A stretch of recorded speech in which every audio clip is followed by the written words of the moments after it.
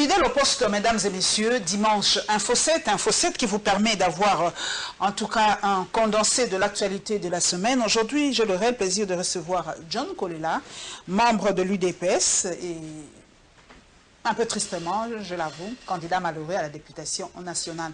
Et avec lui, nous allons en tout cas parler des temps forts de l'actualité. Très heureuse de vous recevoir, John Kolela. Merci, Madame Paulette. Cela me semble vraiment surprise. Hein. Je suis vraiment surprise que vous n'ayez pas gagné ou vraiment que vous ne soyez plus dans l'hémicycle. Et pourtant, j'en étais quasiment sûre que John Kolela allait remplir pour la deuxième fois. Qu'est-ce qui s'est passé? Les gens ne vous ont plus fait confiance? Bon, en tout cas, sincèrement, moi aussi, j'étais surpris du résultat parce que j'ai fait mon travail en tant que député. Je me demande qu'est-ce qui est arrivé. Je suis arrivé à la conclusion selon laquelle c'est moi que le monde ne tourne pas toujours rond. Et les critères sur lesquels vos électeurs vous jugent ne sont pas toujours les mêmes partout. Peut-être ici à Kinshasa, vous m'avez vu à l'œuvre, mais à l'intérieur d'où je viens, ils n'ont pas eu l'occasion et la chance de voir tout ce qui se passe à Kinshasa et la qualité du travail que j'étais en train d'abattre. Donc il fallait que moi-même je parte là-bas pour m'expliquer. Et il y en a qui pouvaient croire, il y en a qui ne pouvaient pas croire parce que même la chaîne nationale n'arrive même pas. Et tous les échos que vous connaissez ici, là-bas, ça n'appartient pas aux oreilles. Mais vous descendez quand même, on vous reproche ça aussi, John Kolela, aujourd'hui, vous en payez peut-être les prix, les descentes lors des vacances parlementaires, parce que John Kolela descendait à Kolwezi, vous êtes à Likassi. Est-ce que vous descendez à Likassi chaque vacances parlementaires? C'est peut-être ça la faute aussi. Non, non, je suis parmi les rares députés qui descendaient régulièrement. Je peux me dire que sur les 10 vacances, plutôt 14 vacances, parce que nous avons fait presque cette année, je peux dire que je suis arrivé là-bas 13 vacances parlementaires. Donc, je suis parmi les députés qui étaient là et qui a un cabinet qui fonctionnait chaque jour, disons, pour récolter les doléances de la population. Bon, de toutes les façons, le critère sur lequel la population vous juge, beaucoup peuvent vous demander pourquoi vous n'avez pas construit une route, pourquoi il y a un problème de courant. Tout ça, ce sont des problèmes. Donc, je me sens un peu victime de la gestion du gouvernement qu'on a mis dans mon compte comme si c'était mon bilan à moi. Donc, c'est ça la compréhension à laquelle je suis arrivé. En tout cas, j'espère qu'en 2023, vous y serez parce que moi, je crois en vous, je crois en votre intelligence, vraiment courage. Nous allons prendre le tout premier dossier. Nous commençons par les sociales. C'est la route de Matadi. Vous avez suivi les images. Hein. La route, c'est vraiment scindé presque en deux. Et le président de la République est descendu personnellement pour aller voir un peu. Il a donné le go pour les travaux. D'ici un mois, en tout cas, la route sera complètement rétablie. Et la population qui réagit aussi par rapport à la rareté de l'eau dans la capitale, Kinshasa.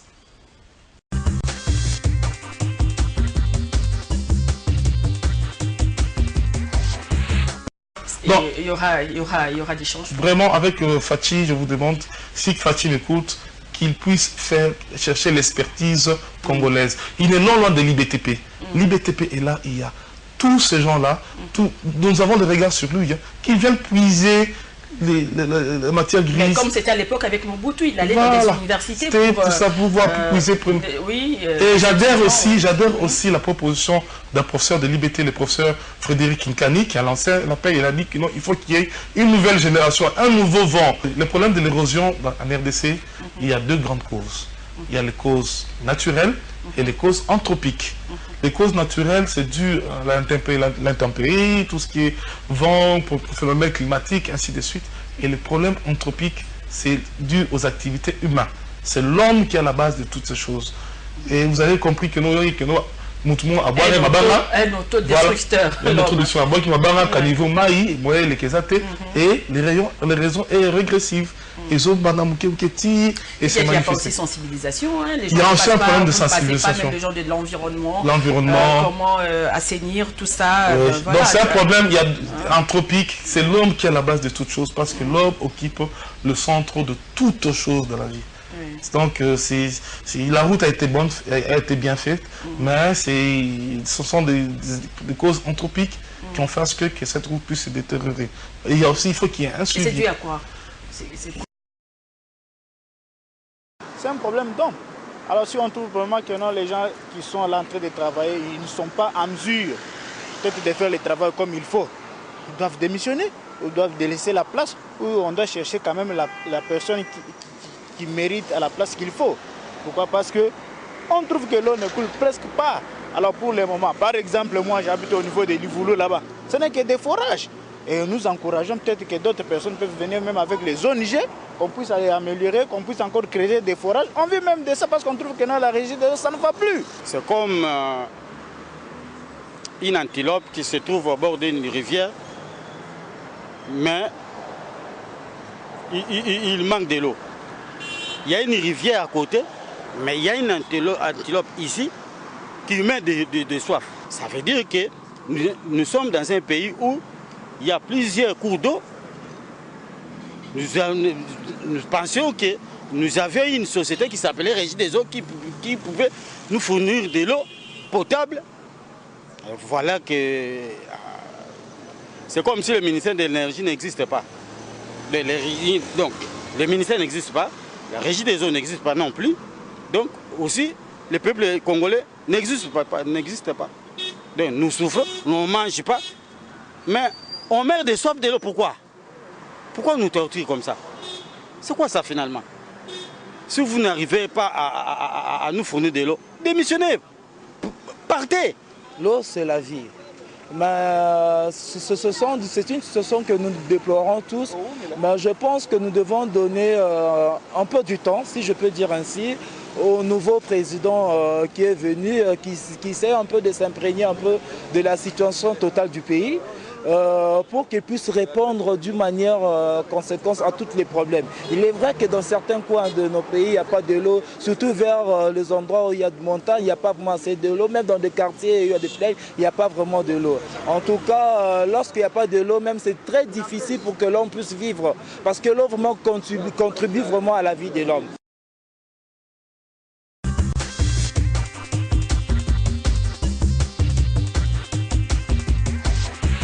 John Kolela, vous avez payé presque le frais hein, de ce côté social à Likasi. Est-ce qu'il y a de l'eau aussi à Likasi? Est-ce que les gens se plaignent aussi de ce manque d'eau à Likasi?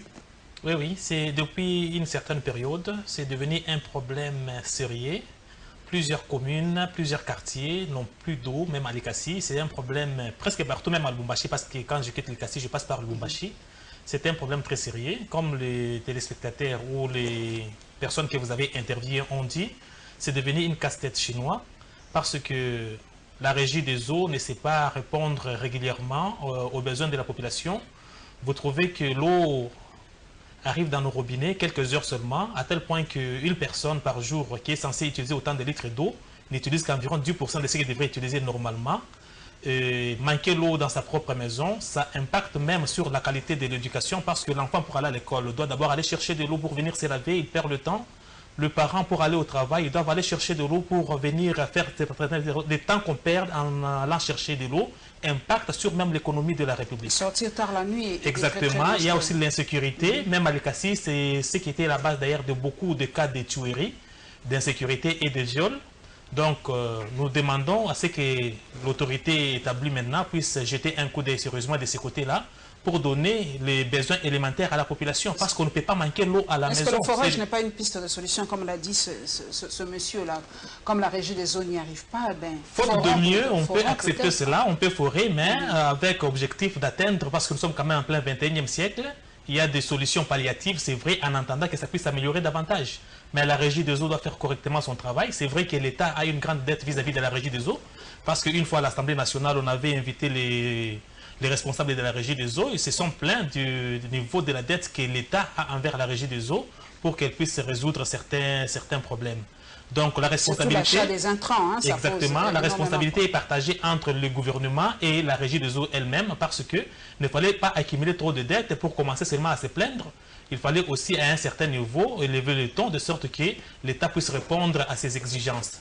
Donc nous estimons que d'ici là, avec le plan du chef de l'État, son programme de gouvernement, nous espérons qu'on commencera par là pour faciliter à la population de résoudre les problèmes élémentaires avant de s'attaquer aux problèmes les plus sérieux. Par rapport à la route de Matadi, c'est vrai que dans le plan de 100 jours du chef de l'État, il a vraiment mis en exergue les infrastructures. Cette fois-ci, on a mis l'accent, on va confier cela à des entreprises locales. Pour vous, ce sera vraiment une bonne chose, hein, que cette fois-ci, vraiment, qu'on ne construise plus de ces routes qui se cassent à tout bout de champ, quand même. Exactement. Même si la faute est répartie entre la population et ces entreprises. C'est notre souhait qu'on puisse avoir des routes qui répondent aux normes, mais pas des routes à usage unique qui disparaissent comme du beurre au soleil. Nous disons, moindre pluie, la route est en train de disparaître. Nous espérons que cette fois-ci, il y aura un suivi et qu'on va faire le bon choix. Parce que les routes qu'on nous a construites les années passées, ça dépend de la qualité que le gouvernement avait choisie. Il y a des Ngouazou, il y a les ceci, il y a les cela. C'est au gouvernement de choisir par rapport à sa vision qu'est-ce qu'il a besoin. Bon, il ne suffit pas de commencer à répondre de manière sporadique lorsqu'il y a un problème. Mais moi, je pense qu'il faut une politique générale et globale de sorte qu'on puisse faire des routes de qualité et qu'on puisse bien canaliser les eaux parce que le plus grand ennemi des routes, ce sont les eaux de pluie qui y traînent. On peut résoudre aujourd'hui au niveau des routes Matadi et les autres routes qui ne sont pas canalisées. Ça risque de créer encore des problèmes dans les jours à venir. Et si vous circulez très bien dans la ville de Kinshasa, toutes les routes qu'on a construites d'il y a 4 ans, 5 années, la plupart sont en train de disparaître et ceux qui restent ne sont pas à l'état où ils étaient déjà. C'est partout comme ça en RDC. C'est partout en RDC, même à l'ICACI, je sais qu'il y a des routes qui n'ont fait que quelques mois qui ont disparu. Donc ça dépend de la qualité et du choix que nous sommes en train de faire lorsque nous invitons les gens pour les construire. Et cette fois-ci, j'espère que le chef de l'État et le gouvernement qui sera en place seront en mesure de nous donner des choses qui doivent durer, de sorte qu'on ne puisse pas être dans l'éternel commencement. C'est-à-dire il faut faire les choses une fois pour toutes, de sorte que vous puissiez investir et l'année prochaine, vous pensez à autre chose que de recommencer ce qui a été fait autrefois. Et ça ne sera pas fameux. Celui qui n'avance pas recule, dit-on. Donc, nous prenons le deuxième dossier, mesdames et messieurs, c'est le déploiement de 200 policiers à Yumbi. Le chef de l'État l'a décidé. Si vous le savez, à Yumbi, les images étaient assez poignantes. On a vu comment des gens étaient massacrés, en tout cas les déplacés par milliers qui sont allés vers le Congo-Brazzaville d'en face et qui rechignent à revenir en République démocratique du Congo, estimant que la sécurité n'y est pas encore établie à 100%, et la réaction du porte-parole de la MOUCA par rapport aux sanctions américaines.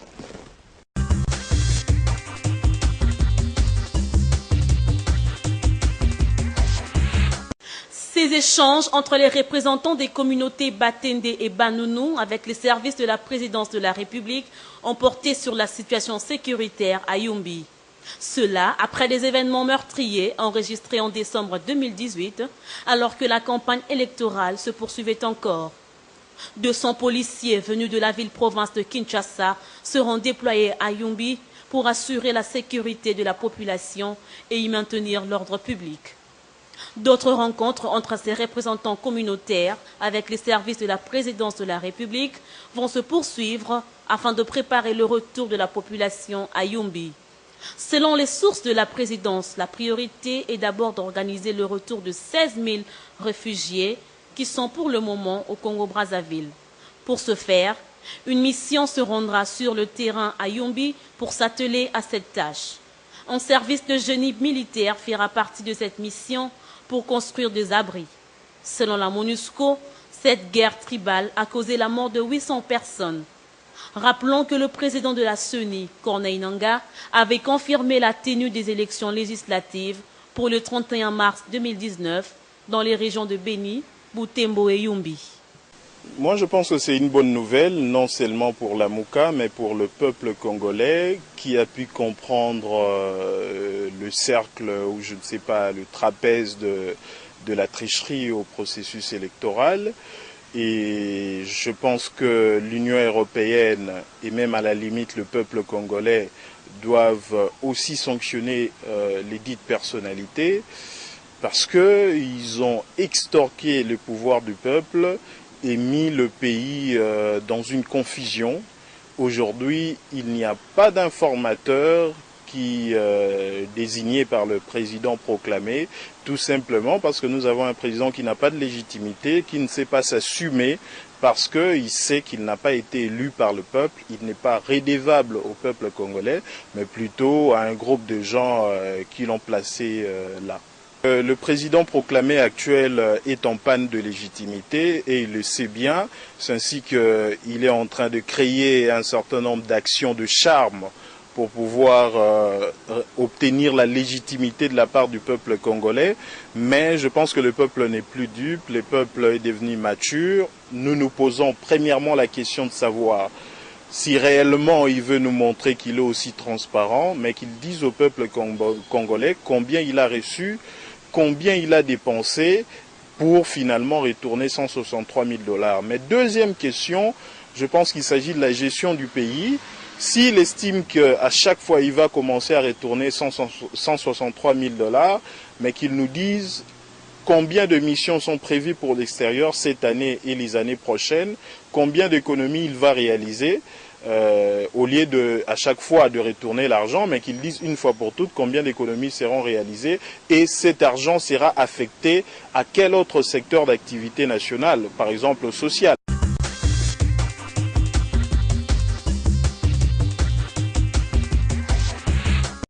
John Kolela, le président de la CENI, a affirmé que les élections se tiendront le 31 mars à Yumbi, mais vous avez vu les images, la situation est toujours aussi catastrophique.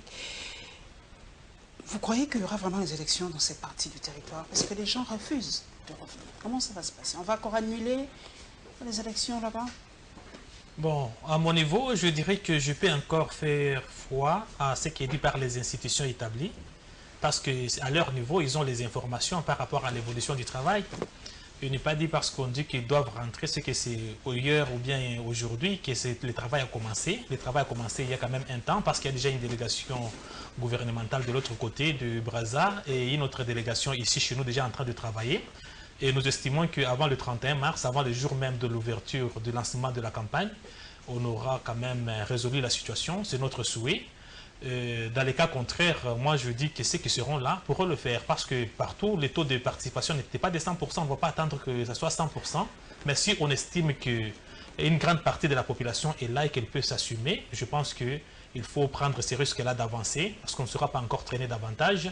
L'essentiel c'est les pistes de solutions que le chef de l'État a mises en place et la présence de policiers qu'il a envoyés là-bas pour tenter de rassurer ceux qui sont partis qu'ils seront sécurisés. Je sais que les restes... C'est vrai, mais l'impunité. Est-ce que les responsables seront punis? Parce que on a l'impression, excusez-moi, peut-être que le président de la République ne veut pas encore châtier, en guillemets, certaines personnes, parce que selon ce monsieur de la Mouka, il est encore en train de faire sa politique de charme.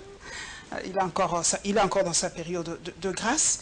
Est-ce que les responsables de ces tueries seront réellement sanctionnés? Bon, j'ai suivi... C'est un génocide, on a suivi hein, les images. Exactement. Le chef de l'État, sa grande préoccupation, c'est lutter contre l'impunité. Lutter contre l'impunité ne veut pas dire que, puisqu'on cherche la paix, c'est que la justice devient une arme de lutte contre la paix. Je connais le chef de l'État un peu, le temps que j'ai passé à côté de lui. Je sais que les dossiers qui sera peaufiné permettra à ce que la justice puisse s'en occuper. Le monsieur qui parle de l'opération du charme, moi je pense que c'est tout simplement parce qu'il ne sait plus quoi dire. Sincèrement, je connais Steve et je connais son discours. Il a travaillé avec Muzito. Ils n'ont pas de leçons à faire au reste de la population. Le président, le charme, n'a qu'à faire le charme à sa population parce qu'il est en train de gouverner. Le président doit poser certains actes. Et tout ce qui se pose comme question là-bas, il a pris combien? Il a retourné 163. Est-ce que ce sont des questions qu'on ne peut pas se poser? Est-ce que c'est une offense au chef de l'État? Parce que les gens se disent, c'est la transparence, vous voulez la transparence, vous avez remis 163 000 $, bravo, on vous félicite, mais les gens veulent aller plus loin. Combien vous avez sorti? Est-ce que ça sera à chaque voyage? Cette fois-ci, il était encore allé en Namibie. Est-ce qu'il a fait la même opération? Les gens se posent la question. Est-ce que... Il y a combien de voyages? Les gens doivent... Ils ne gouvernent pas même pas des cons, permettez l'expression. Ils gouvernent des gens intelligents qui réfléchissent et qui veulent savoir. Il est au service de ce peuple qui se pose des questions. Mais il y a des gens qui disent, pas de questions au chef de l'État, laissez-le faire son travail, et patati et patata. Mais ce sont des questions quand même sensées que se pose une frange de la population et le chef de l'État a le devoir, sinon je pense que certains journalistes d'investigation ont déjà répondu à cette question parce que ce n'est pas le chef de l'État qui a publié ces 163 000. Il faut demander au service qui a publié ces 163 000 là de me dire combien ils ont pris. Mais au moins, il y a un journaliste d'investigation qui a répondu à cette question-là avec des preuves. C'était environ 500 000, plus de 500 000 $ sur lesquels il a remis 163 000. Donc ce n'est pas une question secrète à laquelle on ne peut pas répondre en principe. Et jusqu'au arriver à poser aux questions au président, combien de voyages il va faire au courant d'une année, ainsi de suite. Moi, je ne pense pas que c'est possible de dire autant de voyages parce que il y a des missions qui peuvent arriver de manière circonstancielle, exactement, et de toutes les façons. Et la somme assortie, ce n'est pas toujours la même somme. Ça dépend de la mission, ça dépend du pays où il va, et ça dépend du coût de vie du pays où il va. Donc le deuxième voyage, il n'a pas remis l'argent pour le deuxième voyage. Je ne peux pas dire qu'il a remis ou il n'a pas remis, parce que je n'ai pas une autre information. Mais moi, je dis, à tout moment, chaque fois qu'il resterait quelque chose, il faut le faire. Et cela ne doit pas rester seulement au niveau du chef de l'État, mais que ce soit ainsi à tous les niveaux, même le ministre, de sorte que nous puissions faire avancer la République. John Kolela, les sanctions américaines, l'extension de trop, on a déjà changé de gouvernement, il y a alternance, mais c'était comme une bombe qui a, en tout cas, qui est tombée en RDC. Les sanctions continuent. Pour vous, vous pensez que les Américains sont un peu en train de faire le chantage, soit au nouveau chef de l'État, soit à l'ancien chef de l'État. Parce qu'on ne comprend pas ces sanctions-là. Maintenant, ils ne sont plus au pouvoir, que je sache. Oui, en même temps, je vais combiner avec la deuxième intervention de Steve, qui a parlé de l'informateur. Les sanctions américaines, moi, j'ai eu la chance, Dieu merci, d'être avec l'ambassadeur des États-Unis le lundi de cette semaine. J'ai vu d'ailleurs la photo. Et j'ai partagé avec l'envoyé spécial de Donald Trump dans la région des Grands Lacs. Ils ont été sincères vis-à-vis de nous, parce que ce sont les questions autour desquelles nous avons débattu. Les sanctions qui sont tombées récemment pour les présidents de l'Assemblée nationale, ainsi de suite, n'ont rien à voir avec le résultat proclamé par la CENI actuellement.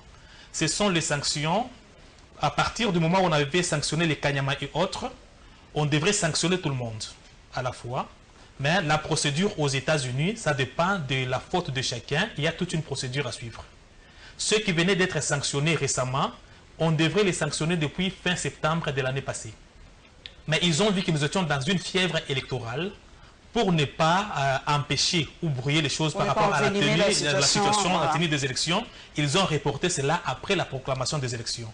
Donc c'est pour des fautes commises longtemps avant. Quel est l'impact de ces sanctions? Parce que vous étiez avec lui, est-ce que vous lui avez posé la question? Ça impacte sur quoi? Parce que eux-mêmes se disent, bon, ça n'a aucun impact et tout ça. Voilà. Et même la population lambda se dit, mais est-ce que ça impacte sur le vécu d'un Congolais lambda, ces sanctions américaines? Ça n'impacte pas sur le vécu, mais si ça n'impactait pas sur la personne elle-même pour arriver à se corriger, parce que c'est une sanction, sinon Chadar et les autres ne chercheraient pas à ce qu'on puisse éliminer ou bien mettre fin à ces sanctions-là. C'est pour vous dire que d'abord, la sanction n'est pas toujours une punition physique que quelqu'un doit souffrir, mais aussi moralement, la personne qui se sent accusée comme ça sur la place publique, même sa réputation étant qu'homme d'État, c'est réduit. Parce qu'il peut postuler à un moment donné, si la population est suffisamment informée, on peut le juger sur base de son comportement là, que c'est un corrompu, et on ne peut pas lui faire confiance. Donc la sanction morale d'abord, elle est plus grande que la sanction physique. On peut t'arrêter aujourd'hui, te caser dans une pièce en prison, on ne fait que souffrir le corps si tu es innocente. Mais la plus grande sanction, c'est la sanction morale. Du moment où une personne est accusée sur la place publique, les 80 millions de Congolais savent que cette personne est corrompue. Une personne qui aspire à des grandes responsabilités, je pense que c'est aussi une sanction plus grande et ça permet même à l'électeur de se faire un jugement sur la personne qu'il veut voter. Je fais du coq à l'âne parce que vous avez parlé de la corruption. Je ne peux que vous poser cette question. La situation qui se passe dans les assemblées provinciales. John Kolela, vous avez suivi, hein, beaucoup de gens ont désisté. Chimanga Vidi a désisté, Adam Bombolé, Jolie Kenda. Il y en a beaucoup qui ne veulent plus postuler, soit comme sénateur, soit comme gouverneur. Cette corruption-là, quelle est votre lecture? Est-ce que le Congolais est tout autant corruptible? C'est ahurissant. C'est ahurissant de voir les personnalités à ce niveau de responsabilité accepter de vendre leur conscience, de vendre leur voix. Mais je me demande quelle sera la République démocratique du Congo quand le président Félix a dit qu'il n'y aura pas de prisonniers politiques avant la fin de son mandat. Je me suis posé la question si ça va arriver ainsi, parce que ceux-là qui se font corrompre pour voter les candidats gouverneurs et sénateurs, ce sont ces politiciens-là. Et demain, après-demain, si nous avons le preuve, nécessairement, il faut que la justice puisse faire correctement son travail. Mais du moment où, parce que nous avons lu certains écrits, un gouverneur est en mesure de corrompre un député provincial avec 50 000 $, 75 000 $, vous imaginez s'il peut corrompre 20-25 personnes, c'est combien d'argent il va dépenser? Et quand il sera aux affaires, il sera d'abord obligé de voler pour récupérer ce qu'il a dépensé, parce que son salaire ne va pas arriver à ce que lui-même va dépenser.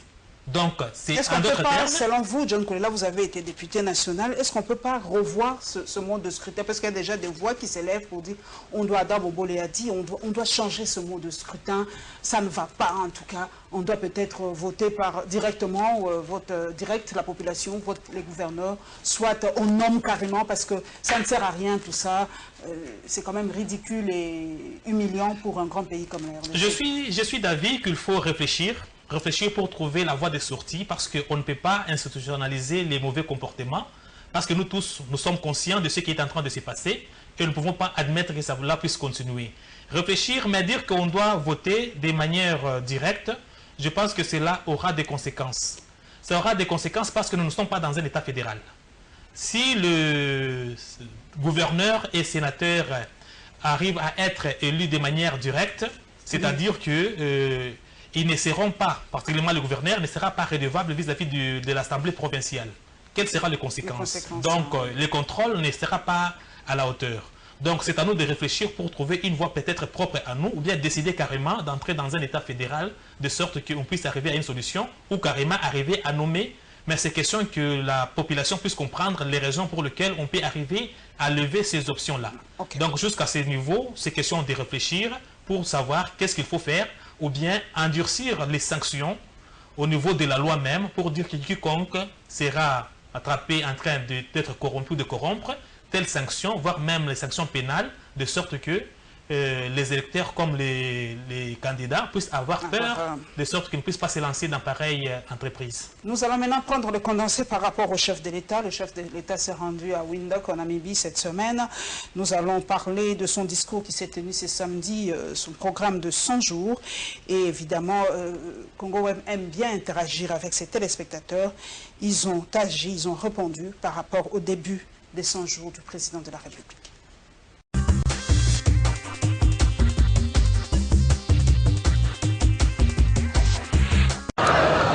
6 axes prioritaires composent le plan d'urgence de 100 premiers jours, à savoir la sécurité, la politique, le social, l'économie, les infrastructures et la jeunesse, pour un coût global évalué à 304 097 742 $ américains. Il convient de signaler que des mesures sont prises sur le plan sécuritaire pour des solutions adéquates aux différentes situations de tristes mémoires survenues notamment à Yumbi dans le Grand Nord et le Kasaï. Pour le cas de Yumbi, je viens d'instruire le lancement par le Premier ministre de la tripartite RDC, République du Congo et le HCR dans le but de gérer la situation pour les compatriotes réfugiés dans les villes du Congo-Brazzaville en y dépêchant simultanément une mission d'identification des personnes concernées en vue de leur retour au pays.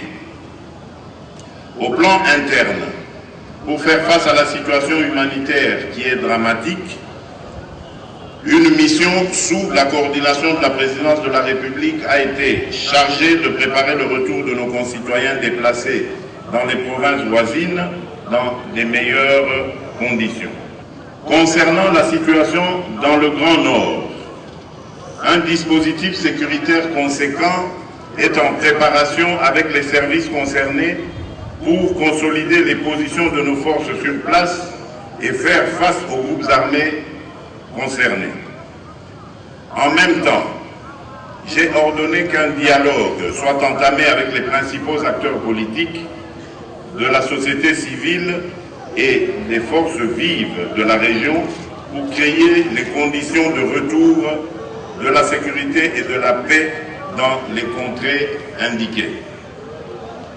Au sujet du Kasaï central, bien que la situation commence à s'améliorer dans cette région, j'ai instruit le gouvernement de prendre toutes les mesures nécessaires en vue d'éradiquer les dernières poches d'insécurité et d'assurer l'accueil et l'encadrement des éléments qui déposent volontairement les armes. Félix Tshisekedi a en outre annoncé que la justice devra désormais être administrée par de personnes intègres, aux valeurs morales irréprochables en vue de lutter contre la corruption.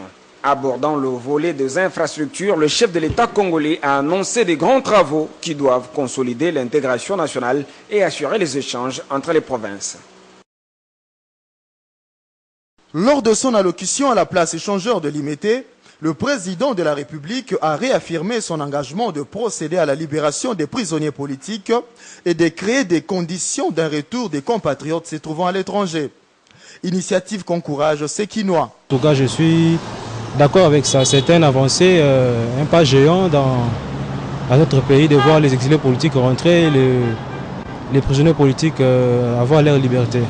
Peu importe ce que l'enfant peut faire, je peux le châtier un peu, mais il sera toujours mon fils, il est mon sang. Je ne peux pas le chasser pour qu'il aille devenir un jour un chégué ou quoi. Pourquoi, quand tu as des problèmes au pays, Pourquoi un chef de l'État doit vouloir que tout le monde soit de son obédience, que tout le monde parle le même langage? Quel est ce pays où il n'y a pas un opposant? Pourquoi laisser ces gens-là en dehors de leur pays?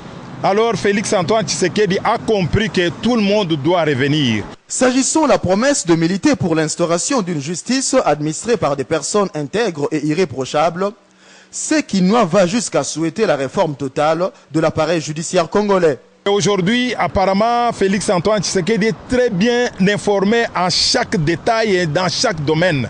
S'il dit que la justice doit être patronnée par les gens qui ont les soucis là, de voir la justice émerger dans le pays, parce que c'est ça la justice qui élève une nation. Alors je comprends qu'il est sur tous les points, en principe il veut donner une autre marque à la République démocratique du Congo, commençant par la justice. A noter que pendant son séjour à Windhoek, le chef de l'État avait précisé d'accorder la grâce présidentielle selon le cas de chaque prisonnier politique.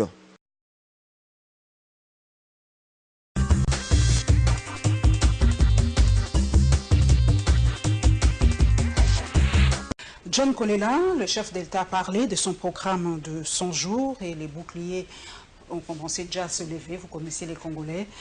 Nous avons cette liberté. D'ailleurs, le chef de l'État l'a dit à Windhoek, il n'est pas Dieu. On peut le critiquer, on peut lui prodiguer des conseils, on peut en tout cas l'aider par rapport à son travail. Des chapelets, selon une certaine opinion, ce ne sont que des chapelets de bonnes intentions. Toute première question, si c'est vrai ou c'est faux. Deuxième question, il va travailler avec quel gouvernement? Parce qu'on a ouï dire que c'est anticonstitutionnel ce qu'il a fait. Parce que la présentation d'un programme même du chef de l'État se fait devant les deux chambres. Vous avez été député. Est-ce que c'est vrai ou c'est faux? Nous commençons d'abord par là. Oui, merci beaucoup. Dire que c'est anticonstitutionnel, c'est faux. Okay. Le chef de l'État, c'est le numéro 1 de la République. La Constitution ne l'interdit pas de parler quand il veut. Okay. Mais il lui fait obligation de parler au courant d'une année, une fois, devant les deux chambres réunies en congrès. C'est quoi? C'est le discours face à la nation? Comment ça s'appelle? L'état de la nation? L'état de la nation, okay, devant les congrès. Okay. Mais cela n'empêche que s'il veut parler à d'autres circonstances, il peut le faire dans un salon, il peut le faire n'importe où, il peut faire une conférence, il peut faire n'importe quel cadre pour expliquer ce qu'il pense. C'est normal, nous avions vu même du temps de Joseph Kabila, aller à Lubumbashi devant une situation donnée, il parlait devant le gens de Lubumbashi, il a réuni le notable, ceci, cela, donc c'est normal, ce n'est pas interdit par la Constitution. Ça c'est de 1. Chapelet de bonnes intentions, le chef de l'État, c'est sa manière, c'est sa méthode peut-être de travailler. De toutes les façons, on doit parler. Et juger que ce n'était que chapelet de bonnes intentions, il faut attendre le jugement. Après les 100 jours, c'est alors qu'on va évaluer. Qui commence quand, John Kolela? La question qui divise les Congolais dans les réseaux sociaux, qu'on le veuille ou pas, les gens qui disent les 100 jours commencent dès la prestation de serment, les uns qui disent les 100 jours, c'est avec la formation du gouvernement, les uns qui disent les 100 jours, on ne sait pas trop. Selon la loi, vous étiez l'organe de la loi, les 100 jours d'un chef de l'État commencent quand constitutionnellement? Le 100 jours, ce n'est pas une loi. Les 100 jours, c'est juste l'habitude. C'est Roosevelt qui avait commencé cela aux États-Unis. Qui après ces 100 jours, il a demandé à la population de l'évaluer. Ce n'est pas une obligation, c'est devenu une habitude. Maintenant, partout, on commence à prendre les 100 jours. Quelqu'un peut chercher à prendre les 150 jours ou les 200 jours. Ça dépend. Mais le 100 jours, que ça commence au moment de la prestation de serment, que ça commence hier quand il a parlé, mais les 100 jours pour lui, il faut évaluer. C'est-à-dire, même si on inclut le mois passé, de toutes les façons, ça fera partie des 100 jours, mais il faut évaluer. Dès que nous sommes là, John Kolela, je vous en prie, est-ce que le chef de l'État tel qu'il est là, est-ce qu'il engage la RDC sans le gouvernement?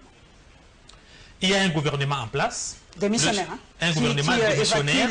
Comment on dit? Les affaires courantes. Les affaires courantes. Est-ce que le chef de l'État engage l'État congolais? Donc les 100 jours ont déjà commencé, non? Les 100 jours, des décisions, exactement, le 100 jours par rapport au chef de l'État, ça a déjà commencé. Mais les 100 jours du gouvernement aussi, c'est autre chose. Le gouvernement, quand il sera là, il aura aussi son 100 jours. Oui, c'est 100 jours, disons. Donc, mais aujourd'hui, nous sommes dans les 100 jours d'abord du chef de l'État en tant que chef de l'État, parce qu'il a certaines décisions à prendre, il a certaines directives à donner et certaines choses à faire. Le gouvernement qui est là en place, on ne peut pas dire que c'est un gouvernement démissionnaire tant que le Premier ministre n'a pas encore déposé sa démission. Le gouvernement est là, il n'expédie pas encore les affaires courantes, il travaille encore normalement jusqu'à ce qu'on va déposer la lettre de démission. Donc ils ont plein pouvoir jusqu'à ce niveau. Le gouvernement aujourd'hui a plein pouvoir. Aujourd'hui a plein pouvoir tant que le Premier ministre n'a pas encore présenté la lettre de démission. Donc nous sommes dans cet état-là. Mais quand on parle de gouvernement démissionnaire, nous comprenons. C'est parce que les gens espèrent qu'il y aura un qui va arriver tantôt là. Mais c'est là où je profite pour répondre à mon ami qui parlait de l'informateur. Mais Mukwege a refusé, hein, vous avez ouï dire que le docteur Mukwege a refusé. C'est normal, c'est un citoyen, on peut lui proposer quelque chose, comme moi aussi on peut lui proposer. Et pourtant c'est un monsieur qui est apprécié de la communauté internationale, intègre entre guillemets, diront les uns, peut-être pas selon les autres, l'homme des Occidentaux aussi selon les autres, mais selon vous, pourquoi il a refusé ce poste d'informateur? Il n'est pas dit que si on me propose, mais moi aussi on m'a déjà proposé certains postes que je refusais. Ça dépend, la raison n'est pas toujours la même partout. Mukwege, c'est un docteur, il peut avoir son travail à faire, il estime que le travail là peut apporter des solutions, il travaille et il opère les femmes. Il peut avoir par rapport à son emploi du temps, il trouve qu'il a un autre travail et qu'il est trop pris, il est trop occupé et que s'il n'est pas là, qu'il pourra le faire. Il peut estimer que là, de ce côté-là, il est en train de bien faire son travail, il laisse la politique aux politiciens. De toutes les façons, jusqu'à preuve du contraire, je ne connais pas Mukwege tant que politicien, je le connais tant que docteur. Okay. Alors, l'informateur, c'est une notion élémentaire que même un enfant de l'école primaire doit retenir. L'informateur, c'est pour identifier la majorité parlementaire. La majorité parlementaire ne s'identifie pas par rapport aux partis politiques. Les partis politiques, PPRD dit niet, ils ont la majorité. Nous débattons pour gagner les temps, la télé. Le PPRD dit niet, c'est eux. En fait, le PPRD, c'est le parti majoritaire. Ils ont dit, c'est au PPRD que sortira le Premier ministre et ils doivent travailler en collaboration avec le CACH. Ils l'ont dit hier, sans se voiler la face. C'est là où j'arrive. Le fait que le PPRD l'ait dit, ça ne devient pas la vérité, ça ne devient pas une loi. D'accord? D'abord, nous sommes d'accord. Pour désigner l'informateur, c'est pour la majorité parlementaire. La majorité parlementaire, on ne l'identifie pas avant la création des groupes parlementaires. Parce que ce sont les groupes parlementaires qui vont faire des blocs. Ça, c'est la première notion élémentaire par rapport au monsieur qui parlait qu'on n'a pas encore désigné. Même la fois passée, en 2011, le président Kabila a désigné l'informateur 2 mois après et le gouvernement est sorti 5 mois après. Wow. Est-ce qu'on a du temps à perdre aujourd'hui? Est-ce que Fachi a vraiment du temps? Ce n'est pas le temps perdu, c'est le processus normal. Vous voyez comment le pays est en déliquescence. Est-ce qu'on doit perdre 5 mois comme ça? Les gens ont faim. Vous avez suivi d'ailleurs la réaction de cette base hier face à ceux qui étaient avec Kabila. C'est vrai que ça choquait, mais c'est la réalité. La population a réagi. Vous avez suivi ce qu'ils ont dit. C'est ce que j'aimerais dire. Chaque chose a un timing. Hein? Mais nous, les Noirs, avec le temps... C'est le processus. Le Parlement doit être installé. Au moment où moi je parle avec vous, le Parlement est dans une session extraordinaire et les matières sont limitées. Le bureau définitif de l'Assemblée nationale n'est pas encore installé. On ne peut pas désigner le Premier ministre, même si on le désigne aujourd'hui, tant que le bureau n'est pas installé, il ne sera pas installé, le Premier ministre, le gouvernement ne sera pas installé. Mais qu'est-ce qu'il y a? Pourquoi ça tarde comme ça? C'est normal. Le président d'ailleurs les a dévancés, comme on l'a dit. Il a vu tellement que ça tardait, il a proposé les 100 jours. C'est normal parce qu'il y a de préalables avant d'arriver là-bas. On ne peut pas installer le bureau si on n'a pas encore le règlement intérieur. On ne peut pas installer le bureau si on n'a pas encore validé le mandat des députés. Ça ne peut pas aller rapidement. Non. C'est un travail qui a un timing minimum et c'est connu comme ça. C'est très normal ce qui est en train de se passer. C'est le temps d'installation des institutions. C'est normal. J'arrive à la question du PPRD qui s'acharne. Le PPRD, il ne faut pas confondre la majorité et beaucoup de députés. Wow. Le terme, en français, chaque terme a sa signification. Ils sont nombreux, oui, mais ils ne sont pas majoritaires. Le PPRD a 60 quelques députés. Le FCC, qui prétend avoir la majorité, on ne s'autoproclame pas majorité parce qu'en ami, en cousin et frère, on se retrouve dans une ferme, on s'autoproclame. Non. C'est un pouvoir d'attribution. La Constitution attribue le pouvoir d'identifier cette majorité à quelqu'un qui sera désigné. Ce n'est pas par vous-même. Prenons le cas en 2011. Le chef de l'État avait la majorité avec l'AMP. Mais pourquoi il n'a pas désigné? Mais il a fait de Mwando Simba, informateur. Parce qu'il savait qu'il fallait de manière officielle formaliser les choses. Les FCC peuvent se réunir, ce n'est pas pour que le chef d'État va constater sur base de quoi? Sur base de la déclaration de ce monsieur dont je me parlais à la télévision, il dit que non, ils se sont réunis, d'accord, j'accepte. Mais il faut qu'il y ait un rapport. Nous sommes en train de gérer les pays, mais on ne gère pas les faits privés. Vous êtes de l'UDPS. Un internaute m'a dit de vous poser cette question qui divise les gens. Regardez vraiment cette caméra de John Kolela parler à cette population. Ce fameux deal. On en reviendra toujours parce que c'est comme une épine dans le pied du chef de l'État. Il y a eu vraiment ce fameux deal, John Kolela. Je dirais ceci de manière honnête et sincère. Deal à quel niveau? Si après les élections, le chef de l'État Kabila, c'est quand même un chef de l'État, il peut avoir les informations comme tout le monde, il peut avoir le résultat à temps. C'est normal que le gouvernement en place puisse avoir le gouvernement à temps, même nous, UDPS, à notre niveau, avant que la CENI ne fasse la compilation pour arriver à publier, chacun, même la CENCO, avait le résultat. Okay. C'est-à-dire, quiconque qui a déployé ses témoins peut avoir le résultat, à combien plus forte raison, le chef de l'État qui dirige la République peut avoir directement les résultats. Si en ayant le résultat, vous savez que tel est déjà élu, parce que même ailleurs, vous trouvez qu'après les élections, un candidat peut appeler l'autre pour le féliciter avant même la proclamation officielle. Si à ce niveau-là, après élection, on a les résultats et on sait que c'est tel, nous ne sommes pas en train de faire chasse aux sorciers. Nous sommes une république. Le problème, vous parlez de timing, c'est ça la question. Ça s'est fait avant les élections ou après les élections? Soyons clairs. Parce que ça change toute la donne. Si ça s'est fait avant, ça change la donne. Si ça s'est fait après, ça change complètement la donne. Comment ça pourrait se faire avant les élections? Parce que vous nous avez vus en campagne. Vous nous avez vus devant les combats. Vous avez entendu nos discours pendant la campagne. Personne n'était sûr. Chacun était en train de se battre. Sinon, on devrait rester ici à Kinshasa, disant que le deal est déjà fait. On croise les bras. Moi, j'estime que si contact, je ne confirme rien, parce que je n'étais pas là. Si contact il y a, c'est après les élections, parce qu'on devrait préparer. Le chef de l'État a dit à Windhoek qu'il y a eu deal. Si après élection, le deal c'était de faire quoi? C'est la première fois que la République démocratique du Congo devrait organiser la passation. Normalement, le président devrait se voir. C'est très normal. Même lui-même, Fayoulou, le challenger, a dit qu'il a été contacté. Il n'a pas refusé ces contacts-là. Il était sûr, il était d'accord pour le faire. C'est pour vous dire qu'il y a des choses qu'on peut arranger, mais en ayant le vrai résultat, mais on peut parler parce que nous sommes des partenaires politiques, nous ne sommes pas des... Aujourd'hui, John Kolela, nous y restons vraiment, accordez-moi quelques minutes. Est-ce que ce deal-là ne vous pèse pas aujourd'hui quand les gens, vous parlez aujourd'hui des partenaires, que le FCC aujourd'hui est votre partenaire. Et quand les gens voient le bilan du FCC aujourd'hui, John Kolela, vous avez suivi, hein? Moi j'ai suivi la réaction de cette population. Tout ça. Est-ce que le FCC ne devient pas un boulet pour vous, l'UDPS? Parce que vous devez travailler avec ces gens qui n'ont pas un passif assez agréable. Ils ont un bilan négatif, la population les a sanctionnés déjà au sommet, on a changé de chef d'État. Vous voulez encore imposer à cette population les mêmes personnes qu'on a sanctionnées du haut de la présidence, parce qu'à l'Assemblée nationale, moi c'est une question que je ne comprends absolument pas, comment on a fait l'alternance chez les chefs de l'État et à l'Assemblée nationale. Cette question reste toujours pendante pour moi. Est-ce que vous voulez imposer à vos sympathisants, au peuple congolais, ces mêmes personnes qui ont un bilan négatif? Une très bonne question. Même si ce n'est pas la chasse aux sorcières, quand même. Une bonne question, et j'aimerais que les téléspectateurs me suivent avec beaucoup d'intérêt. Je vous en prie. Le partenariat UDPS-FCC, ce n'est pas, on se réveille un matin, le président Tshisekedi dit que venez, je veux qu'on travaille avec vous. D'abord, ça c'est un.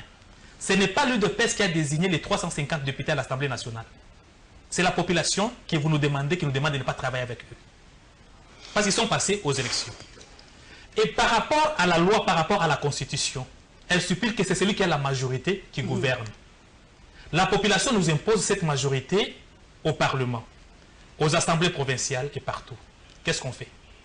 Le président démissionne parce qu'il ne va pas gouverner avec ces gens-là, ou bien il respecte la Constitution. À votre place, quel sera le chemin que vous allez nous donner? Conjoindre la Constitution? Le président peut dissoudre le Parlement. Il y a des gens qui se lèvent. On ne se réveille pas. Dissolver en fait, oui, c'est ça. Hein? On ne se réveille pas le matin, oui. Dissolver l'institution. Il peut dissoudre. Le président peut dissoudre ce Parlement parce qu'il n'a pas la majorité. Il va appliquer quel programme? Le programme du FCC, le programme de l'UDPS, ou ils vont combiner ensemble? De toutes les façons, Peter Kazadi dit vous êtes tous des sociodémocrates. Donc il va travailler avec quel programme en fait? C'est là où j'arrive. D'abord, vous avez compris que ce n'est pas une simple volonté, mais c'est quelque chose qui est imposé par la population elle-même qui a donné cette majorité-là. De quelle manière? Moi, j'ignore aussi. Je constate qu'il y a une majorité qui s'est créée. Et cette majorité-là, je mets encore entre guillemets, parce que la majorité, c'est ce qui sera identifié.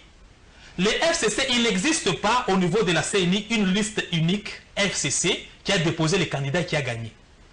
Chaque parti politique est allé au nom de son, par sa dénomination ou bien par sa plateforme. Et nous sommes en politique. La classe politique, au moment où je vous parle, elle est en train de subir une reconfiguration.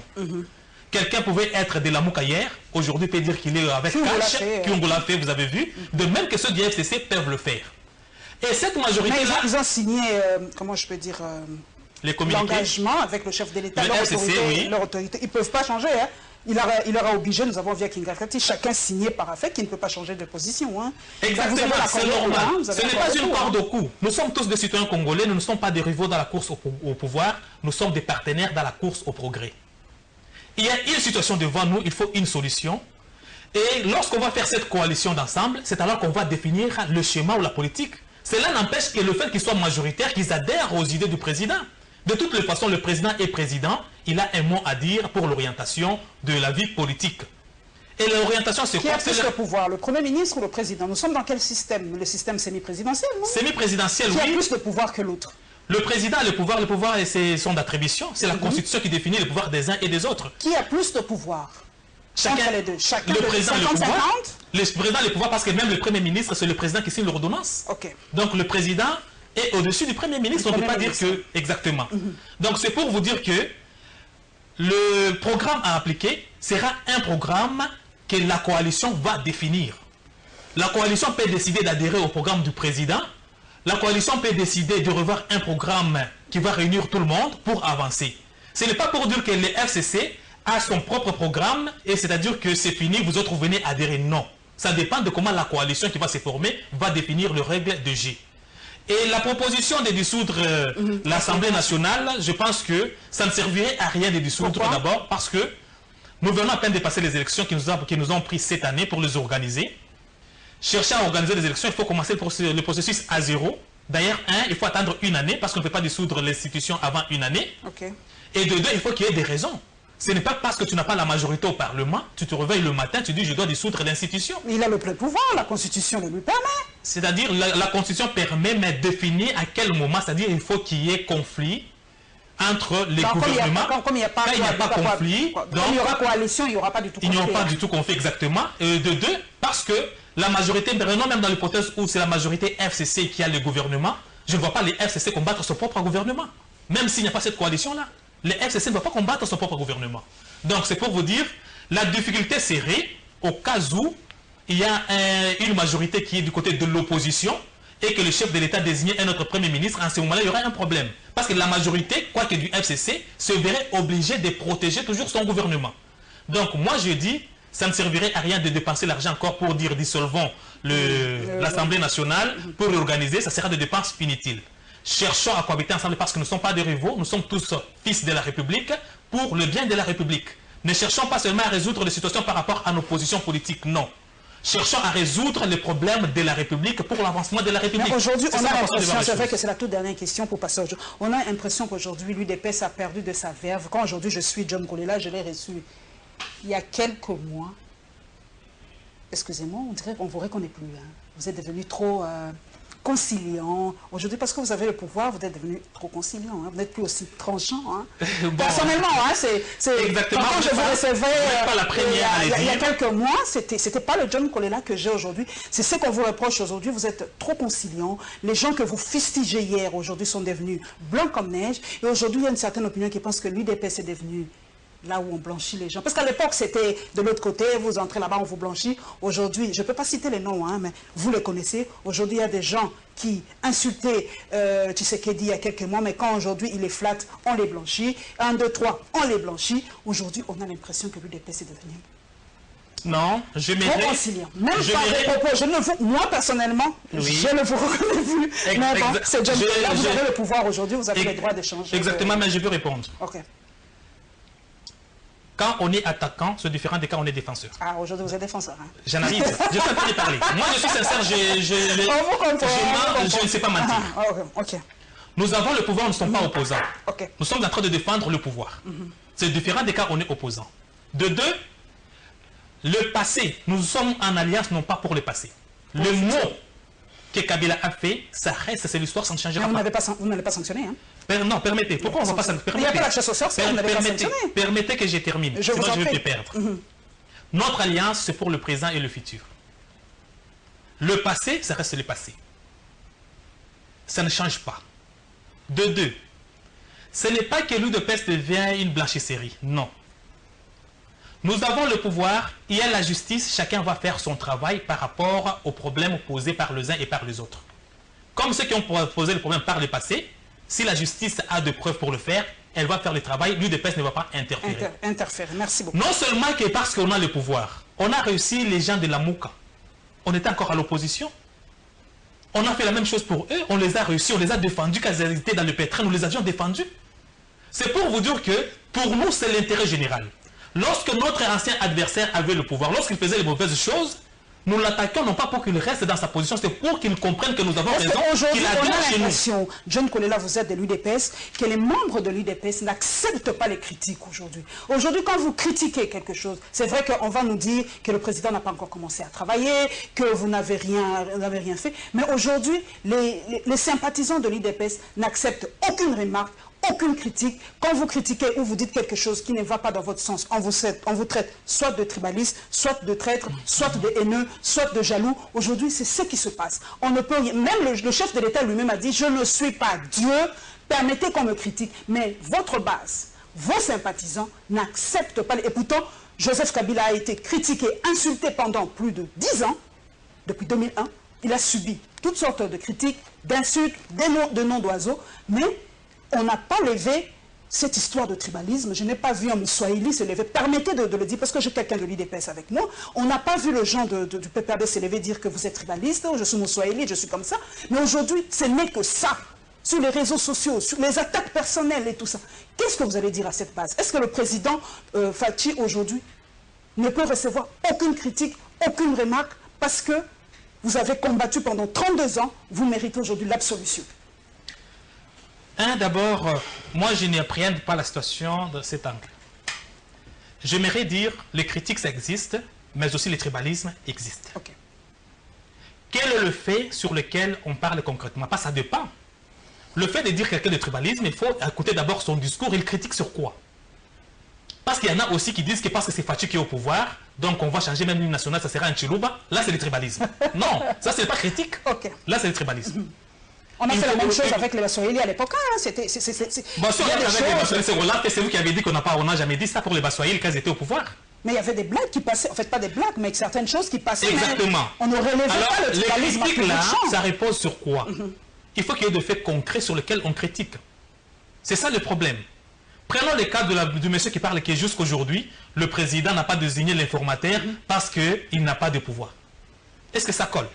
Mais c'est son droit, vous pouvez l'expliquer. C'est son droit, oui, c'est son droit de parler, oui. Mais ces critiques-là, c'est quelqu'un, parce que c'est quelqu'un qui est instruit et informé, je pense qu'il connaît que l'informateur, c'est après la mise en place du bureau, c'est après la formation des groupes parlementaires. Hein, vous êtes intellectuel, pas forcément, tout le monde ne connaît pas les méandres. On identifie quoi? On identifie les groupes parlementaires, c'est les groupes parlementaires qui font des blocs. S'ils ne savaient pas peut-être, alors je l'informe. Voilà, tout simplement. Alors, le problème... Le président accepte le critique. Et qu'est-ce qui vous dit que tout ce que les gens disent, prenons Francis Kalombo. Francis Kalombo critique le président Tshisekedi. Quand on dit qu'il est tribaliste, il est d'où? Il est de même coin que ceux-là qui disent qu'il est tribaliste. Je ne connais même pas d'où. Alors, moi je dis ceci, il y a les problèmes sérieux, les tribalismes existent, parce que vous avez entendu même des chansons dans des meetings, que les gens scandent des atrocités contre les autres au nom des tribus. Donc, ne confondons pas les choses. Il y a les uns qui critiquent, il y a les autres qui font le tribalisme. C'est une véracité qu'on ne peut pas changer et c'est à condamner de part et d'autre, on ne peut pas accepter cela. Okay. Nous allons prendre autre chose, nous sommes vraiment apaisantis sur ça, vous avez compris en tout cas comment ça se passe. L'informateur, selon John Kolela, doit en tout cas être là après la formation du bureau de l'Assemblée nationale et laisser le temps au président vraiment d'installer tout ça. C'est un nouveau régime, il faut en tout cas que tout aille pour le mieux. Nous allons parler maintenant des réactions politiques par rapport aux propos de Monsengo. Hein. Vous avez encore suivi, c'est encore jeté le pavé dans la mare, beaucoup de réactions se sont suivies après. Et évidemment, nous allons parler un peu de Gizenga, ce baoba qui s'est éteint cette semaine.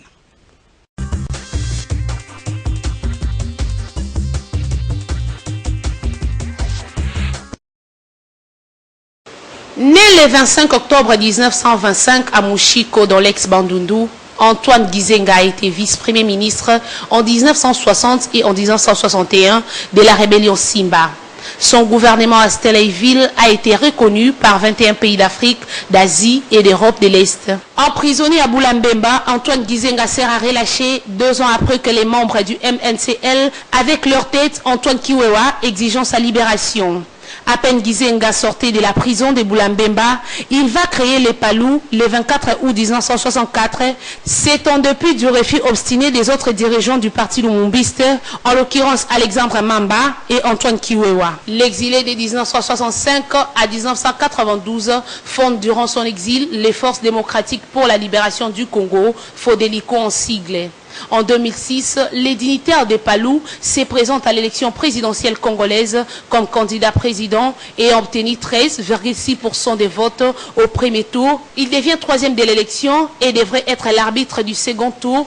Cependant, l'homme signe un accord de coalition qui vise à faire élire le président Joseph Kabila au second tour des élections présidentielles et cet accord prévoit l'arbitre du poste du Premier ministre à la victoire de Joseph Kabila. Et Antoine Gizenga était nommé Premier ministre. À noter que l'homme a été plusieurs fois Premier ministre. Le 25 septembre 2008, il annonce sa démission de ses postes et il va être remplacé par Adolphe Muzito, qui est d'ailleurs son dauphin politiquement parlant au sein du Palou. Le cardinal Mosengo, comme tout Congolais, il a fait usage de sa liberté d'expression qui est un droit constitutionnellement garanti et vu son rang, sa personnalité et toutes les responsabilités qu'il a eu à assumer en ce pays, sa voix ne peut que porter et imposer le respect. Et étant tout Congolais, c'est son point de vue. Alors, ici au pays, il y a eu des institutions qui ont proclamé M. Félix Tshisekedi président. Mais moi, je dis que ces passations civilisées du pouvoir ne sanctifient pas le travail que Nanga a bâti lors du processus électoral. Tout ceci prouve à suffisance que le processus électoral, ça a été très mal organisé. Ça n'a pas permis qu'il y ait consensus tout au départ de ces processus électoraux. Et les résultats, il n'y a que de telles interventions qui ne peuvent qu'arriver de part et d'autre. M. Laurent Mosengo comme cardinal, c'est son point de vue que je respecte tant. Mais pour l'instant, ce que moi je peux dire en tant qu'acteur politique, qu'est-ce que nous voulons en tant que Congolais? La paix, le développement ou la légitimité. Je disais toujours que les élections n'est pas une panacée. Ce n'est pas qu'en organisant les élections, directement les pays se développent comme par baguette magique, par coup de baguette magique. Mais le développement requiert d'abord qu'il y ait la paix, qu'il y ait une vision et des acteurs qui ont un sens managérial pour faire développer ces pays.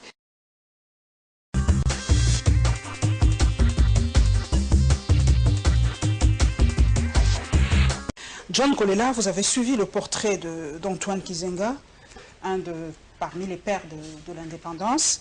Est-ce qu'il est connu aussi vers Likasi, là-bas chez vous? Est-ce qu'on le connaît? Oui, en tout cas, je commence d'abord par présenter mes condoléances à sa famille biologique et politique pour sa disparition. C'est un homme grand que nous connaissons, un homme dont le nom est dans l'histoire. Même dans l'histoire à l'école primaire, on étudiait son nom. Vous le connaissez d'ailleurs par son nom, sans l'avoir vu. Donc Gizenga, c'est quelqu'un qui est connu partout par rapport aux œuvres qu'il a fait. C'est vrai que dans la vie, chacun a sa part, chacun a donné sa contribution à la construction de l'édifice. Au moment le plus dur, ils étaient au front aussi pour tenter d'apporter la démocratie de leur manière à la République démocratique du Congo. Il fut Premier ministre de cette République. Il a donné de quoi il était capable. Et aujourd'hui, il est parti. Nous ne pouvons que garder de bons souvenirs de lui et demander aux uns et aux autres de poser ce qui est bon et de laisser ce qui était négatif. Nous nous rappellerons en 1904, vers les années 90, l'opération Tremblement de Terre. On était encore étudiants et Gizenga, en tout cas, est revenu vers les années 90, était un des grands opposants du maréchal Mobutu. Alors, nous allons parler de propos de Mosengo, ces propos qui ont, vous avez suivi, fait rugir encore la toile ces derniers temps, qui a parlé des véritables résultats, que c'est Martin Fayulu qui a gagné les élections. Est-ce qu'il a le droit de le dire? Oui, c'est comme vous avez dit que chacun est libre de donner son point de vue par rapport à ce qu'il connaît. Il a le droit, comme les autres qui parlent ici, ils ont le droit de parler par rapport à ce qu'ils détiennent. Est-ce que cela n'impacte pas négativement? Parce qu'il a subi, c'est vrai, des insultes à tout va, des uns et des autres. Je ne peux pas encourager cela. Et je déconseille à ceux qui insultent le prêtre de ne pas le faire. Même l'Église catholique, quand elle parle, il faut la respecter. Il faut vous dire que nous sommes dans les règles démocratiques. Nous étions ensemble avec l'Église catholique avec laquelle nous avons organisé des manifestations. Nous étions sûrs. Et ce n'est pas aujourd'hui parce qu'ils ne partagent pas notre point de vue qu'ils deviennent nos ennemis. Non. Il faut prouver ce que nous sommes par les arguments. Je suis de cela. Ce que moi je dirais au cardinal Mosengo, parce que c'est un citoyen congolais, il a le droit, et c'est ce que je dirais aux autres qui estiment que c'est Fayoulou qui a gagné. Je leur dirais ceci, au moment où moi j'ai la parole devant vous, si j'avais les PV de Fayoulou, quoi que de l'UDPS, je les soutiendrais. S'il m'avait donné les preuves de ce qu'il est en train d'alléguer. Au moment où nous parlons, les seules institutions qui ont la totalité, le 100% des élections, c'est la CENI et la Cour constitutionnelle. Nous autres, nous n'avons que des partis des élections. La CENCO a dit qu'elle avait 40 000 personnes qu'elle a envoyées là-bas pour contrôler, ou observateurs, alors que la CENI n'a validé que 17 000. 17 000 représentent environ 1/10 de l'ensemble de la République. Ça, c'est de 1. On a proclamé le résultat par la CENI parce que c'est la CENI qui confère la légitimité. Parce qu'il n'y a pas une autre institution qui va nous dire qui a gagné en dehors de la CENI. La CENI a publié le résultat. Martin Fayoulou avec son ensemble, ou bien la MOCA, ils sont allés devant la justice. Ah, ils ont perdu. Ils ont perdu pourquoi? Parce qu'eux-mêmes, parce qu'ils ne veulent pas. En réalité, la MOCA n'a pas besoin de la vérité des urnes, mais ils ont besoin des polémiques. Je m'en vais prendre pour faire, oui, pour survivre. Parce que sans cela, ils vont disparaître. Ce n'est pas l'UDPS qui a rédigé la requête de la MOCA. Pourquoi avoir rédigé en 2 exemplaires avec 2 contenus différents? Pourquoi? Point d'interrogation. 2. Pourquoi Fayoulou n'a pas saisi la Cour constitutionnelle en tant que candidat président, mais il est allé la saisir en tant que président de la dynamique dont le statut ne confère pas le pouvoir de le faire? 3. Quand on saisit la Cour... c'est la faute à Fayoulou ou à ses avocats? À eux tous, parce qu'ils étaient tous en train de travailler. 3. Le preuve, on ne saisit pas la Cour comme ça. Il faut des preuves. Il faut avoir des preuves avec soi. La CENCO qui avait des preuves devrait aider Fayoulou à avoir des preuves pour les présenter. C'est vrai que, John Kolela, c'est vrai qu'en 2019, vous avez tous ces arguments, mais en 2011, quand Vital Kamerhe a fait la même chose, vous étiez pour lui, hein, vous le soutenez. Quand il est allé déposer aussi, avec toutes les erreurs qui s'est commises en 2011, vous étiez tous contre la Cour conditionnelle, patati patata. Mais aujourd'hui, comme vous avez le pouvoir, c'est vrai que le langage doit absolument changer. Je ne dis pas cela. Non, c'est pas vrai. Attendez, je ne dis pas cela. Je peux soutenir Kamerhe en tant qu'individu. Mais mon parti a pris une position. En 2011, quand il y a eu cela, sachant que la Cour constitutionnelle n'était pas acquise à la véracité, sachant qu'on n'avait pas... n'y était pas allé. Hein. On n'est pas allé. C'est Vital. C'est le parti. Vital, c'est un individu. Il ne faut pas chercher à comparer Vital individu et l'UDPS institution, parti politique. Notre parti politique a levé une option que sa voix reste politique. C'est ça notre... Vital avait son droit en tant que candidat président, il a le droit. Même aujourd'hui, tous les candidats avaient le droit d'attaquer. Comme quand Fayoulou l'a fait, un autre candidat l'a aussi fait. Il le faisait pour qui? C'était pour Fayoulou alors que ce n'est pas lui qui a gagné. Parce qu'il voulait qu'il y ait cette vérité-là. Donc c'est dans le même sens. Mais la position de l'UDPS, elle s'est assumée, elle a choisi la voie politique jusqu'au bout. Lorsque tu choisis la voie judiciaire, vas-y aussi jusqu'au bout de cette voie-là. Je me rappelle en 2011, John Kolela. C'est ça la différence. Je me rappelle en 2011, quand Étienne Tshisekedi vous a dit de ne pas siéger à l'Assemblée nationale. Vous n'avez pas obéi, vous aviez siégé. Madame... Vous étiez allé à l'encontre de la position de l'autorité morale de l'UDPS. Moi, je m'assume. Je parle aujourd'hui, je regarde bien l'écran. Je vous en prie. L'UDPS est une institution. Le problème d'autorité morale que vous voulez faire ici au Congo, je ne comprends pas d'où ça vient. Une institution, on la dirige avec des règles préétablies. Il y a le statut, il y a les règlements intérieurs. Madame, vous êtes journaliste. Sur quelle chaîne, ici chez vous peut-être vous avez les images, où vous avez appris le président Étienne Tshisekedi dire, vous entendez de vos propres oreilles, que les députés élus UDPS ne vont pas siéger. Ou bien vous apprenez ce qu'on écrit sur les réseaux sociaux et vous en faites un problème que c'est ce qui est vrai. Parce que le président, non, c'est la réponse. Vous assumez, hein? J'assume, oui. Moi, à l'Ikassi d'où je viens, jamais j'ai suivi le président Tshisekedi dire que les députés IDPS restaient chez vous à l'Ikassi, ne venaient pas ici. Mais certains n'ont pas siégé du tout. Hein. C'est là où j'arrive. Comme Félix Tshisekedi n'avait jamais siégé. Hein, c'est là où j'arrive. C'est là où j'arrive. Si au niveau du parti, certains cadres ont développé ce discours-là, si le président était à la recherche de l'impérium et qu'il y en a qui ont estimé qu'il fallait rester, ça c'est leur choix. Et nous qui avons siégé, nous n'avons pas tort, et ceux qui n'ont pas siégé n'ont pas tort non plus. Okay. Nous nous sommes assumés chacun par rapport à sa conscience et par rapport à ses électeurs. Et dire que nous avons tort parce qu'on a siégé, moi j'ai toujours demandé que ce soit par écrit, que ce soit par audio, que ce soit par visuel, donnez-moi des preuves, à ce moment-là je demanderai pardon et je quitterai la politique même. Aujourd'hui il y a coalition FCC Cash. Qui sera votre opposition? Parce qu'une démocratie fonctionne avec une opposition. C'est ça la démocratie. La MOUCA, c'est une opposition valable parce que l'UDPS a été une opposition vraiment valable par rapport à Kabila à l'époque. Hein, marche, tout ça, vous avez vraiment coincé Kabila aussi à un moment, les marches du CLC, jusqu'à ce que Kabila n'a jamais pu remplir pour un troisième mandat. Aujourd'hui, pour vous, vous avez besoin aussi d'une opposition forte où vous dites non, le compromis à l'africaine, travaillons tous ensemble, le pays ne va pas bien, plus de marche, plus d'opposition, plus rien, tous ensemble, développons le pays. Quel est votre discours aujourd'hui? Mon discours à moi, j'encouragerai les oppositions qui soient forts et organisées, parce que l'opposition, c'est comme je l'avais dit, nous ne sommes pas des ennemis, nous ne sommes pas des rivaux dans la course au pouvoir, nous sommes des partenaires dans la course au progrès. L'opposition joue le rôle de lampe témoin. S'il n'y a pas d'opposition, on peut se permettre de faire n'importe quoi, on peut penser qu'on est sur la bonne voie alors qu'on ne l'est pas. Je souhaite qu'il y ait l'opposition aussi, mais je ne dirais pas que notre opposition c'est la MOUCA. Parce que je vous ai dit tantôt, là, il y a une reconfiguration de la classe politique. Donc on attend on attend encore, parce que certains au FCC peuvent se dire que non, nous ne sommes pas d'accord. Parce que l'opposition n'est pas une dénomination. On se dit, on se réveille un matin, on se dit que moi je suis opposant. L'opposition, c'est par rapport à ce qui est en train d'être fait. Si vous n'êtes pas d'accord avec cette vision-là, ou bien la manière de conduire la République, et vous allez vous opposer. On ne se réveille pas de matin, on se dit, bon, moi j'ai choisi, je pars du proto-pouvoir ou bien je suis opposant. Non.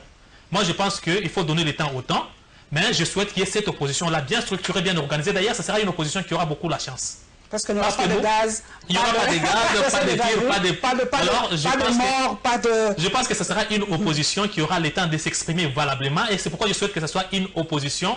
Parce que nous, on a eu ce qu'on appelle une opposition de combat. C'est-à-dire, moment de s'identifier, tout ça. Mais ce sera une opposition qui est une opposition de propositions. Lorsqu'il y a une option qui est levée, vous venez avec une contre-proposition, alors on en discute sur les idées. Moi, je pense que ce sera comme ça parce que espérer qu'il y aura des marches, on va gazer, on va mettre les gens en prison pour réclamer encore demain, ça c'est fini, il faut mettre une cour. Ok. Merci donc à John Kolela d'être passé à la barre. Toute dernière question, vous allez être encore candidat en 2023? Bon, je ne sais pas encore, je fais ma part. Si la population me réclame, je le serai. Mais si elle ne me réclame pas, je ferai une autre vie.